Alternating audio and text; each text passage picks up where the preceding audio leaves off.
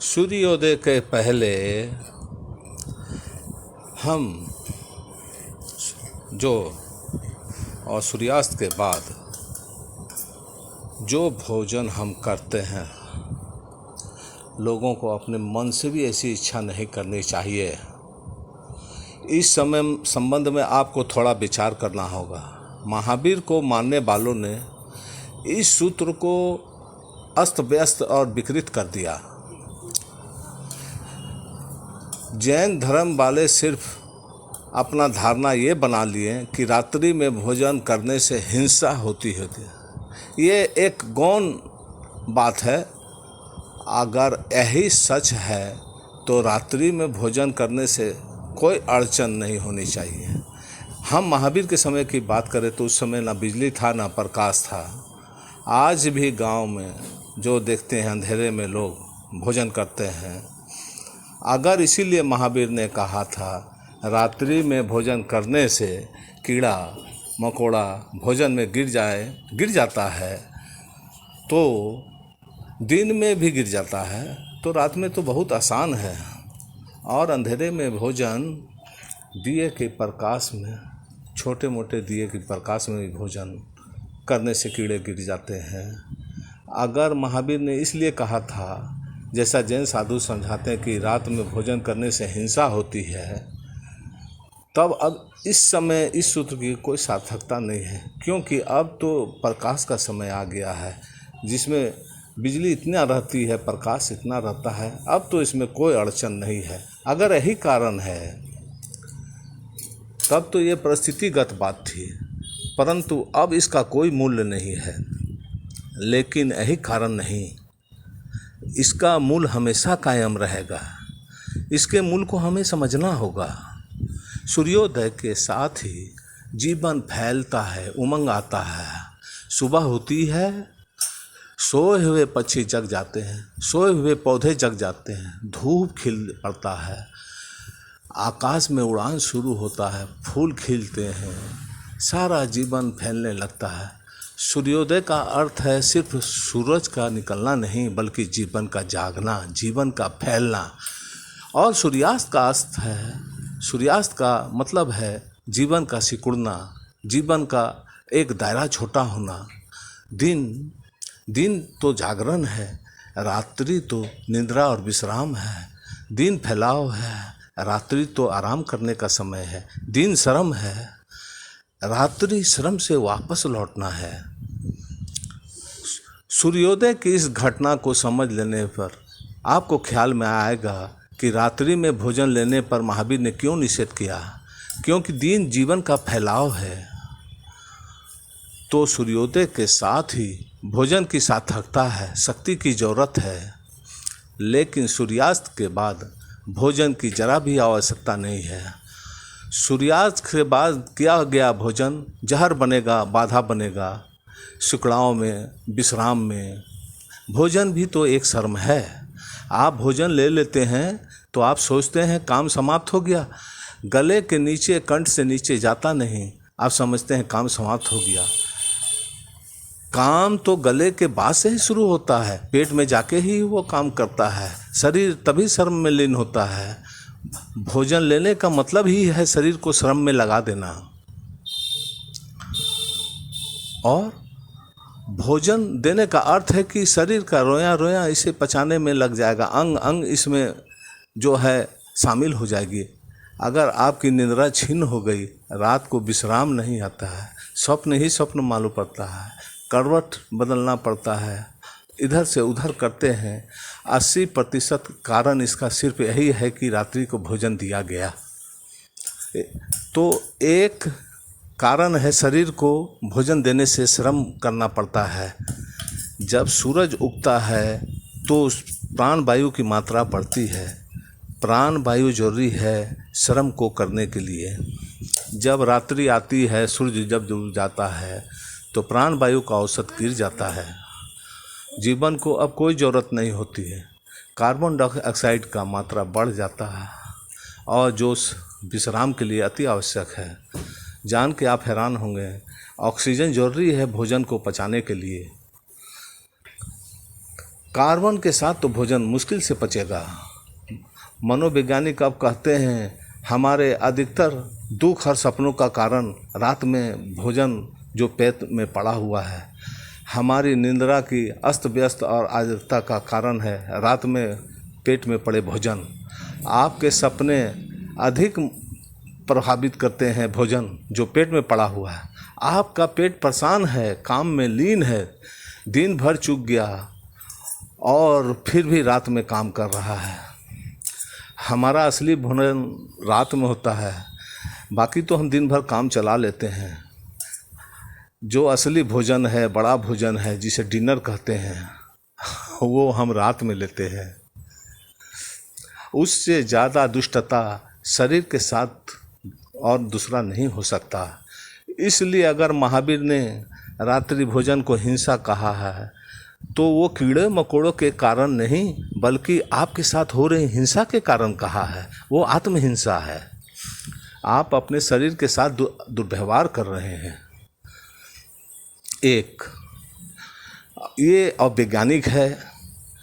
भोजन की ज़रूरत है सुबह सूरज के उगने के साथ, जीवन की फैलाव के साथ। जीवन की आवश्यकता है, शक्ति की आवश्यकता है। श्रम होगा, शक्ति चाहिए, विश्राम चाहिए, तभी शक्ति नहीं चाहिए। पेट सांझ होते होते मुक्त हो जाएगा पेट में पड़े भोजन से। रात्रि आपकी शांत होगी, मौन होगी और गहरी होगी। निंद्रा आपको एक सुख लगेगा और आप सुबह तरोताज़ा उठेंगे। रात्रि भर भी आपको यदि भोजन के कारण पेट को श्रम करना पड़े तो सुबह थके हुए, हारे हुए महसूस करेंगे, सुस्त करेंगे। आपने ख्याल किया होगा, पेट में जैसे ही भोजन पड़ जाता है वैसे ही आपका मस्तिष्क ढीला हो जाता है, सुस्त हो जाता है। इसलिए भोजन के बाद आपको नींद सताने लगती है। लगता है आपको लेट जाऊं, आराम करूं। लेटने का मतलब ये कि आप कुछ ना करो, पड़े रहो, क्योंकि आपके शरीर की सारी ऊर्जा जो है मस्तिष्क की और पेट की ओर दौड़ जाती है। जैसे ही पेट में भोजन पड़ता है, मस्तिष्क की सारी ऊर्जा भोजन पचाने के लिए नीचे आ जाती है। ये वैज्ञानिक तथ्य है। इसी कारण पलकें झपकने लगती है, आपको नींद आने लगती है। जब कोई उपवास करता है तो उसे रात में नींद नहीं आती है। दिन भर यदि कोई उपवास किया है तो उसे रात में नींद नहीं आती है। जानते हैं क्यों? कि पेट की ऊर्जा वो मस्तिष्क में चली गई है, इसलिए उसे नींद नहीं आ रही है। इसलिए आप जैसे ही पेट भर जाते हैं आपको तत्काल नींद मालूम होने लगती है। भरे पेट में नींद इसलिए मालूम होती है कि मस्तिष्क जानती है कि पेट भर गया है और ऊर्जा उधर फिर गमन करती है। पेट जो है प्रथम जरूरत है, जो जड़ है, और मस्तिष्क जो पेट से दूर है वो एक विलास है, एक लग्जरी है। इसलिए गट को जो है समझना जरूरी है। महावीर ने कहा है कि दिन में श्रम और रात्रि है विश्राम, और ध्यान भी एक तरह का विश्राम ही है। यदि आप रात्रि को भोजन ना डालें तो रात्रि आपका ध्यान बन सकता है। अगर रात्रि पेट में भोजन पड़ा है तो रात्रि ध्यान नहीं बन सकता। निंद्रा भी उखड़ी उखड़ी रहेगी, स्वप्न भी आएंगे। आदमी यदि 60 साल जीता है तो 20 साल सो के गुजारता है। 20 साल बहुत लंबी वक्त है। बहुत सारे लोग कहे रहते हैं कि ये 20 साल को आप ध्यान में बदल सकते हैं। लोग कहते हैं दिन भर समय नहीं है और रात को डिनर ले लेते हैं, इसलिए उनका ना नींद हो सकता है और ना उनका ध्यान हो सकता है। लेकिन नींद ध्यान में तभी रूपांतरित हो सकती है जब पेट ऊर्जा ना मांग रहा हो। पेट ना मांग रहा हो कि मुझे ऊर्जा चाहिए पचाने के लिए, पेट की कोई डिमांड ना हो, ऊर्जा मस्तिष्क में हो। जब मस्तिष्क में हो ऊर्जा तो उसे ध्यान में बदला जा सकता है। अगर इसे ध्यान में ना बदला जाए तो ये नींद को तोड़ने वाली हो जाएगी। ये तो जैसे आम उपवास जो करते हैं, अगर ये ध्यान में बदल जाए ये ऊर्जा तो नींद को कभी बाधा नहीं देगी। नींद एक तल पर चलता रहेगा और ध्यान अपने स्तर पर। एक नया डायमेंशन ऊर्जा का शुरू हो जाएगा कृष्ण ने कहा है योगी रात में सोकर भी नहीं सोता है। महावीर ने भी ये बात कही है, शरीर ही सोता है, चेतना कभी नहीं सोती। ये आपके भीतर की खूबियाँ हैं। अगर ऊर्जा पेट में जाए तो मस्तिष्क में जाती नहीं। अगर ऊर्जा मस्तिष्क में जाए और ध्यान ना बनाई जाए तो नींद असंभव हो जाएगी। इसलिए ऊर्जा पेट में ना जाए, मस्तिष्क में जाए और मस्तिष्क में ध्यान की यात्रा पर निकल जाए तो मस्तिष्क सो सकेगा और ऊर्जा आपकी ध्यान बन जाएगी। इसलिए योगी रात में सोता नहीं। इसका मतलब ये नहीं कि रोगी का शरीर विश्राम नहीं करता, वो बहुत अच्छी तरह सोता है, आपसे अच्छी तरह सोता है। शायद योगी ही ठीक से रात्रि में सोता है, फिर भी सोता नहीं, भीतर से वो जगा रहता है। वो ऊर्जा जो पेट के काम नहीं आ रही है, वो ऊर्जा बूंद बूंद उसके मस्तिष्क में जा रही है और ध्यान बनती जा रही है और भीतर ही भीतर जोगी जागरण कर रहा है। रात्रि से ज़्यादा समय का अवसर और ध्यान के लिए कोई वक्त नहीं है। इसलिए महावीर ने कहा था कि रात्रि भोजन ना करें। जैन साधुओं की तो बातों को सुनकर बहुत ही बचकानी लगती है। लगता है जैसे ये क्या अटर पटर बात बोल रहे हैं। हम तो रात्रि भोजन को ऐसा बना लिए जैसे हमारा मोक्ष ही नहीं हो सकेगा। कहाँ मोक्ष और कहाँ रात्रि भोजन। ऐसा लगता है कि रात का भोजन छोड़ दिया तो मुक्ति हो गई। इतना सस्ता नहीं, रात्रि भोजन छोड़ दिया तो मुक्ति हो गई। ये सभी बात जो है आपके गट और मस्तिष्क से संबंधित है। इसलिए बीच की सीढ़ियाँ हमारी खो गई हैं। सीढ़ी है रात्रि सबसे ज़्यादा समय का अवसर है ध्यान के लिए, अनेक कारणों से। पहला, समस्त अस्तित्व विश्राम में चला जाता है। सूरज के डूबते ही पशु पक्षी प्राणी सभी आराम में चले जाते हैं। दूसरा, और हम उसका उल्टा करते हैं कि हम दिन में ही विश्राम करते हैं,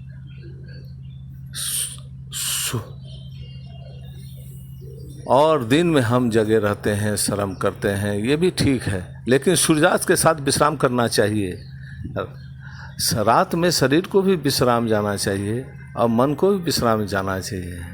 मन के विश्राम का नाम ध्यान है। शरीर के विश्राम को ही आराम कहा जा सकता है। जिनका शरीर ही विश्राम में नहीं जाता, उनका मन कैसे विश्राम में जा सकता है। इसलिए महावीर ने हमेशा कहा रात्रि भोजन बिल्कुल नहीं। इसका रात्रि से संबंध नहीं है, ये आपके गट से संबंधित है, आपके पेट से संबंधित है। मैं बहुत साधु संतों को देखता हूँ कि रात्रि को भोजन नहीं करते हैं, लेकिन शाम को ठूस ठूस के वो खा लेते हैं और फिर पेट भोजन से मुक्त नहीं हुआ। वो तो देखते रहते हैं कि सूरज डूबा या नहीं डूबा। एक कहानी मैं आपको बताता हूँ कि मैं एक घर में गया था, जो मेरे बहुत ही परिचित थे, मेरे बहुत ही सम्मानित लोग थे। वो लोग मेरे साथ खाना खाने के लिए बैठे। कमरे के भीतर में जब धीरे धीरे अंधेरा उतरने लगा, उन्होंने अपने जल्दी से अपनी थाली ली और बाहर जाके मैं भोजन कर लेता हूँ। वो कहने लगे कि बाहर में ज़रा अभी रोशनी है, सूरज अभी हल्का डूबने को है। वो कमरे से बाहर चले गए और जल्दी जल्दी ठूस के भोजन कर लिए और फिर मैं इसे देखते रहा। ये बड़े मज़े की बात है कि इन सूत्रों का पालन करने में लोग इन सूत्रों का ही हत्या कर देते हैं। जिस आदमी ने जल्दी जल्दी भोजन किया है उसकी रात बड़ी बेचैन होगी, क्योंकि जल्दी जल्दी भोजन का मतलब है कि वो आधे चबाए बिना चबाए और उसको पेट के अंदर कर लिया। पेट को इससे तो ज़्यादा शर्म करना होगा, पेट को तो बहुत अड़चन होगी। यदि अंधेरे में बैठ के ठीक से चबा लिया होता तो वो और बेहतर होता।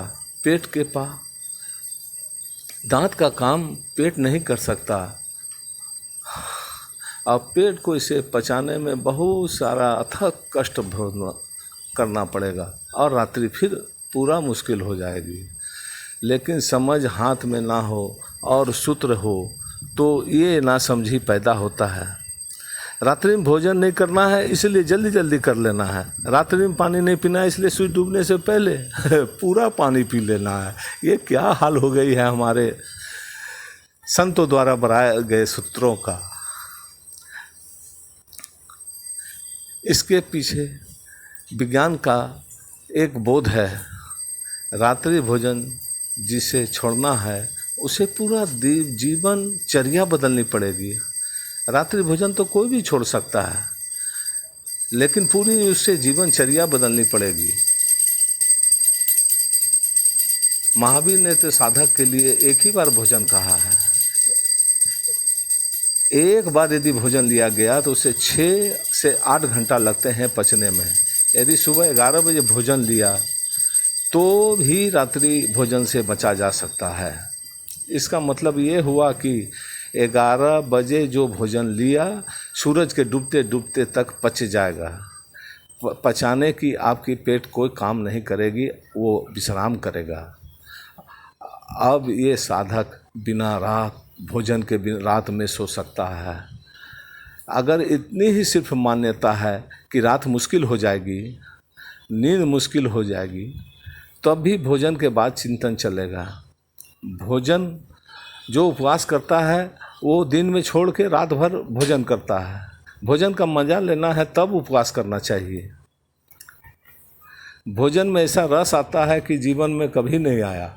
इसलिए इन सभी सूत्रों पर जाने से पहले मनुष्यों को ज़रूर सोचना चाहिए कि हमारा गट जो हमारे मस्तिष्क से बहुत दूर है, और ये गट यानी पेट और ये हमारा मस्तिष्क एक संबंध बनाता है और आपसी तालमेल समन्वय करके चलता है।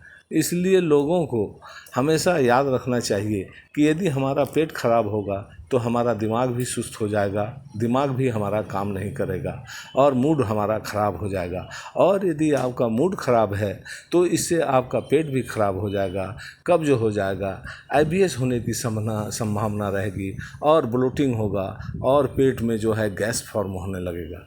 इसलिए सेकेंड ब्रेन को जानना आपके लिए बहुत ज़रूरी है। हमारे गट यानी पेट को सेकेंड ब्रेन कहा है और कहा गया है कि सेकेंड ब्रेन को दिन में ही चलना देना चाहिए, ना कि रात में। रात में तो हमारा फर्स्ट ब्रेन काम करता है और वहाँ जो ऊर्जा पहुँचती है वो ऊर्जा जो है हम कोशिश करें कि उसे हम ध्यान बनाएं। यदि आप दिन में 11 बजे खाना खाते हैं तो निश्चित रूप से आपका वो भोजन पचने में आपको कम से कम 6 से 8 घंटा लगेगा और फिर वो जो है आपका भोजन पेट से और नीचे चला जाएगा। तब ही आपका पेट ऊर्जा से मुक्त हो सकता है और वो ऊर्जा जो मुक्त होगी तभी वो आपके मस्तिष्क में जाएगा और आपका रात्रि आपका ध्यान बनेगा।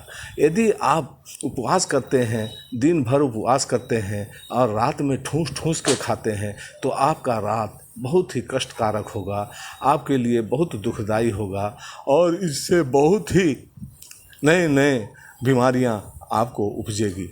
इसलिए हमेशा याद रखना चाहिए कि हमारा 2 ब्रेन है, एक जो 2 कंधों के बीच में माथे पर है और एक हमारा पेट जो सेकेंड ब्रेन है। दोनों के साथ तालमेल ही बनाइए। इस तरह का वीडियो मैं आगे भी डालता रहूँगा। आप हमारे वीडियो को लाइक कीजिए, आप हमारे वीडियो को सब्सक्राइब कीजिए और हमारे बेल आइकन को दबाइए ताकि हमारे आने वाले वीडियो को आप देख सकें और उससे ज्ञान प्राप्त कर सकें। इसके साथ मैं सभी बंधुओं को अपना ध्यान और आगे बढ़ने का कामना करता हूँ। इसके साथ आपको नमस्कार करता हूँ। धन्यवाद।